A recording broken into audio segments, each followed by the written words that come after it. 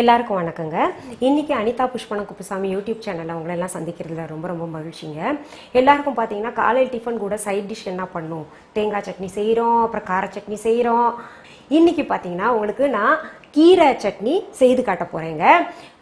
என்ன புளிச்ச கீரையான்னு நினைப்பீங்க, கிடையாது. பொதுவாகவே புளிச்ச கீரையில் தான் எல்லாருமே செய்வாங்க இல்லையா?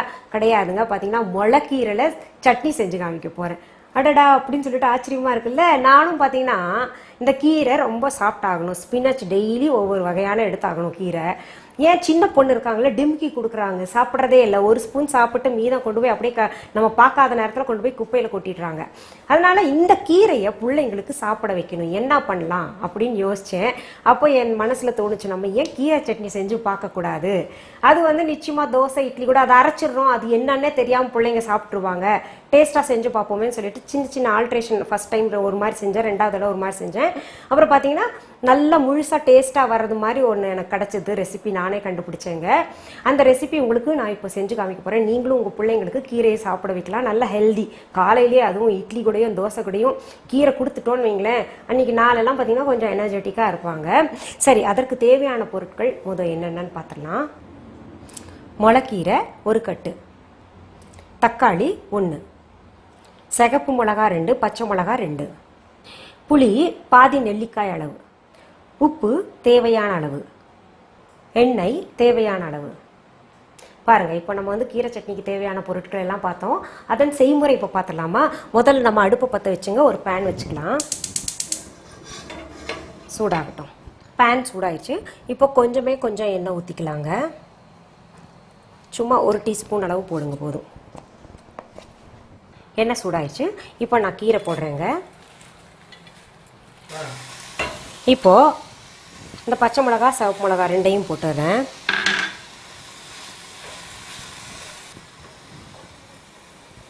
இப்போ ஓரளவுக்கு கீரை சுண்டி இருக்கு பாருங்கள். அதில் நம்ம என்ன பண்ணணும், தேவையான அளவு உப்பு சேர்த்துக்கணும்.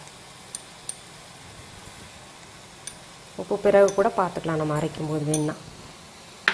புளி போடுறேன், இந்த தக்காளியும் போட்டுக்கிறேங்க.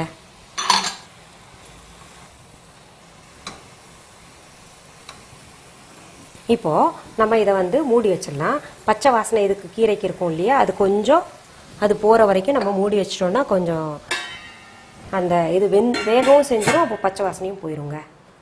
இப்போ பாருங்கள், அது வெந்திருக்கா இல்லை பச்சை வாசனை போயிருக்கான்னு பார்ப்போம்.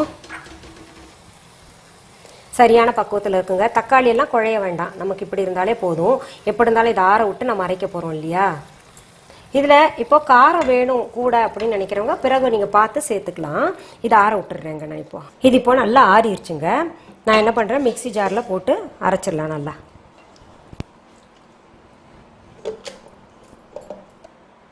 இப்போ பாருங்கள், இது நல்லா கூழாக அரைச்சாச்சுங்க கீரை சட்னியை. இப்போ நம்ம ட்ரான்ஸ்ஃபர் பண்ணிடலாம்.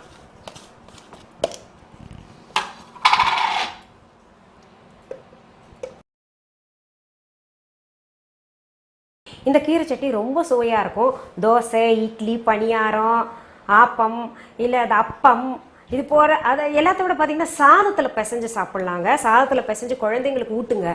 குட்டி குழந்தைங்களுக்கெல்லாம் பார்த்தீங்கன்னா சாதம்லாம் சாப்பிட ஆரம்பிக்கிறாங்க இல்லையா, அவங்களுக்கு நல்ல சாதத்தையும் நல்லா மேஷ் பண்ணிட்டுங்க இது போட்டு அதில் கொஞ்சம் நெய் விட்டு கொடுங்க. ரொம்ப சுவையாக சாப்பிடுவாங்க, அவ்வளோ சுவையாக இருக்கும். இது இன்னும் பல கீரைகளை வச்சு நான் இன்னும் கொஞ்சம் க்ரியேட்டிவாக வேறெல்லாம் சேர்த்து நான் செஞ்சு காமிக்க போகிறேன் இன்னும் ஃப்யூச்சரில் உங்களுக்கு.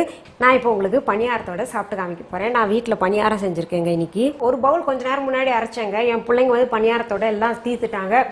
ரொம்ப நல்லா இருக்கு, இன்னும் கொடு அப்படின்னாங்க.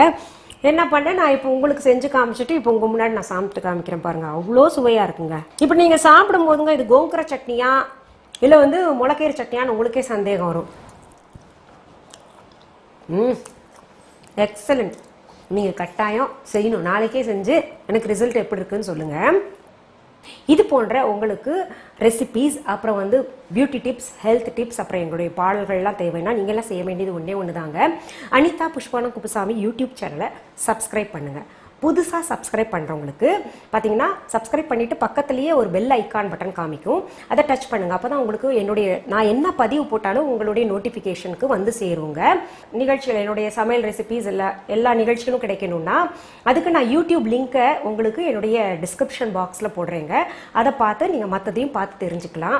மீண்டும் சந்திக்கலாமா? அன்பான வாடிக்கையாளர்களே, உங்கள் விஹா ஸ்டோரில் பூஜை பொருட்கள், சிலைகள், ராசிக்கற்கள், வாஸ்து பொருட்கள், விதைகள், பாரம்பரிய அரிசி வகைகள், சிறுதானியங்கள், ஆர்கானிக் பொருட்கள், மூலிகை எண்ணெய், மளிகை பொருட்கள், மரச்செக்கு எண்ணெய், மரப்பொருட்கள், வெள்ளி ஆபரணங்கள், கிஃப்ட் ஆர்டிகல்ஸ், காட்டன் மற்றும் பட்டு புடவைகள், காட்டன் சுடிதார்கள், பட்டு பாவாடை, குழந்தைகளுக்கான விளையாட்டு பொருட்கள், ஹை குவாலிட்டி இமிடேஷன் நகைகள், வீட்டு உபயோக பொருட்கள், ஜூட் பேக்ஸ், ஹேண்ட்மேட் சோப்ஸ், அழகு சாதன பொருட்கள், சிறுதானிய பிஸ்கெட்டுகள், ஹோம் அப்ளையன்சஸ், இன்னும் பற்பல பொருட்கள் விற்பனைக்குள்ளது. விஹா ப்ராடக்ட்களை நீங்கள் வாங்க விரும்பினால் அது எங்களுடைய viha.online வெப்சைட் மற்றும் சென்னை ராஜா அண்ணாமலைபுரத்தில் உள்ள எங்கள் விஹா ஸ்டோரில் மட்டுமே கிடைக்கும் என்பதை தெரிவித்துக் கொள்கிறோம்.